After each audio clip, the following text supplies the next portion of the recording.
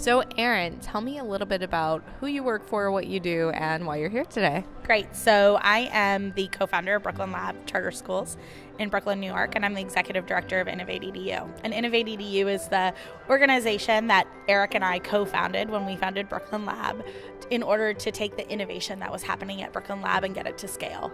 So InnovateEDU does everything from build a personalized learning platform called Cortex, which is now used across 9 states and 7,500 students, to really blowing out our human capital model and creating a model for what it looks like to have alternative pathways for young people to come into education through a fellowship with an on-ramp to a teacher residency to really attract a diverse body of educators to serve all students. Wow, it sounds like you have a lot going on.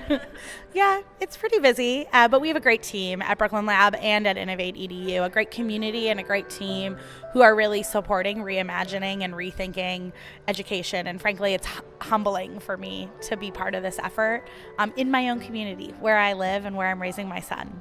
And you live in Brooklyn, like you're part of the community. How far is your office from your house? Yeah, so I'm about 6 blocks from the school. Nice. It's great. So on most days we walk, which is good and bad. Sometimes I see a parent who's like, can you hold on? I need to go give you that permission slip. So I'm guessing you don't go on dinner dates in your neighborhood? We do, because we have a 22-month-old. So that limits our sort of vector of availability for dinner dates. But yeah, I see my kids at Target. I'm raising my son in the same neighborhood that our scholars are in. And so it's not uncommon on a Saturday when we're at the park and at the playground to see some of our 6th graders. And they know Robert and they know Eric and I and see us as deeply embedded in the community in Brooklyn. That's really sweet. That's cool that you're so ingrained in the center of the community. So tell me where it all began. Where did you guys come up with the idea for starting both the charter school and InnovateEDU? Mm-hmm. So Eric and I have both had careers in public service. And Eric is your husband? Eric is my husband, full disclosure. Not some mystery person who just helps with the kids. Not some mystery person. He and I actually met in the Obama administration. So I know, it's a public service romance. And, you know, I left the administration and after some time, after the first term, and I was doing a lot of consulting for major ed tech companies and major tech companies. I'm a technologist by training. And so, to be honest with you, I was not feeling really fulfilled in my work about 6 months after leaving the administration. My bank account was fuller, but my soul was not. And so we were walking down the street one day in our neighborhood. We weren't even engaged yet. And I looked at Eric and I said, I think I'm going to go back into the public service. And he said, well, I have some plans for the future. And it's not going to involve you getting on the road and traveling 300 days a year. And so we had this conversation as we were walking, like, what's the most fulfilling work that you can remember that you've done, lately? And I've loved the work that I did really around Connect Ed and around education in the Obama administration. And so I said, I think I would love to work in schools. But I'm so frustrated by what schools look like today. I wouldn't want to go to a school that's down the block. I think we really have to reimagine and rethink education. I think we have a national security imperative to do so if we want to continue to be competitive in the global market. And so he said, we could build a school. And I looked at him and I said, you are crazy. Casual, let's build a school. Let's build a school. And Eric has, had a decade of experience in helping found and build schools from work he did with building excellent schools. At least there was that. There's that. And a robust background in instruction and assessment. And so I sort of looked at him like he was crazy. And then, like all good ideas, we had a little bit of time off. It was right around the holidays. And so we drew it on a napkin. And then we found... The best ideas were first drawn on napkins. Totally. I believe deeply. It's either in the shower or on a napkin. Or can't wait to put it together in a fancy format. Exactly. You have to just put it on the napkin when you have the idea. Exactly. We had the napkin. I think we still have the napkin. It's somewhere in a drawer in Brooklyn. And so we found the Next Generation Learning Challenge grant. And we said, let's write this grant. Let's see if our ideas resonate, if they make sense. And lo and behold, we got the Next Generation Learning Challenge grant. It allowed me to sort of step off a little bit in terms of the consulting, and we began building a school in our community with our community members that really radically rethought what education looked like, with a special commitment to serving students with disabilities. So something that I think sometimes gets lost in the shuffle with Brooklyn Lab's success is how many students we serve who are complex learners. And that's a huge issue right now, especially as, initiatives for students with disabilities are being funded less or paid less attention to. We really need someone who is an advocate for those students.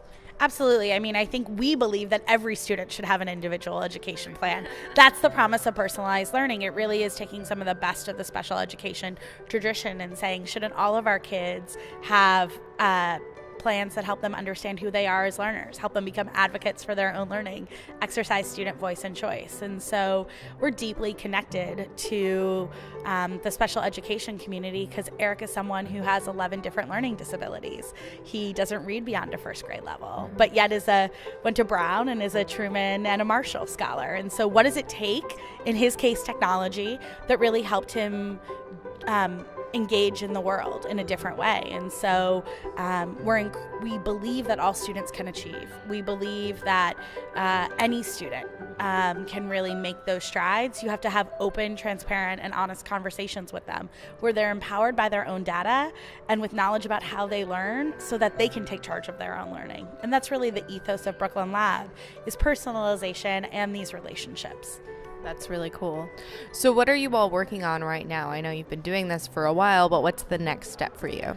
So the next step is 2 new high schools that we're going to open. Wow, yeah. You don't waste no time. No time. Fall of 2017. So we have been really lucky to have the generous support of the Carnegie Corporation of New York Charter School Growth Fund, and we were one of the 10 XQ Super Schools.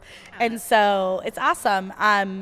We are really excited to think about what does it look like to take the Brooklyn Lab model at middle school and really move it into the high school context and think about personalization and mastery and student independence and youth development in a really new light, particularly that's developmentally appropriate for high school.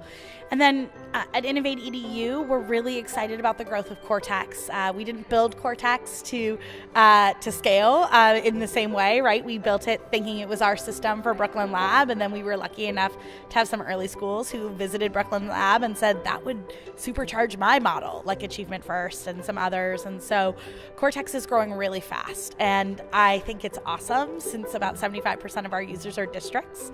And what that says to me is that there's lots of different ways that folks can rethink and reimagine education.